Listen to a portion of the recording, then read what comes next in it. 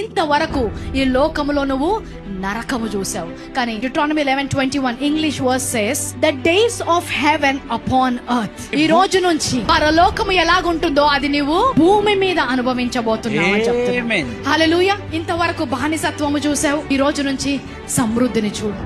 ఇంతవరకు అప్పుల బాధలను చూసావు, ఇప్పటి నుంచి దేవుని యొక్క సమృద్ధిని చూడు. కష్టాలు వస్తుండొచ్చు, you might be struggling, but God has promised you have an overcoming faith. మీరు శ్రమల పోరాడుతూ ఉండవచ్చును, కానీ విజయము పొందే విశ్వాసమును మీకు వాగ్దానం చేసి ఉన్నారు. God did not say hell and demons will follow you all through your life, but goodness and mercy shall follow you certainly all the days of your life. నీ జీవిత కాలమంతయు పాతాళము దెయ్యములు మిమ్మల్ని వెంబడిస్తాయని లేదు, కానీ కృపా క్షేమములే మిమ్మల్ని వెంబడిస్తాయని చెప్పి ఉన్నాడు. He has a good plan for you. He is good all the time. He can turn around things for your good. ఆయన నీకు మేలు కలుగునట్లుగా పరిస్థితుల్ని మార్చగలడు.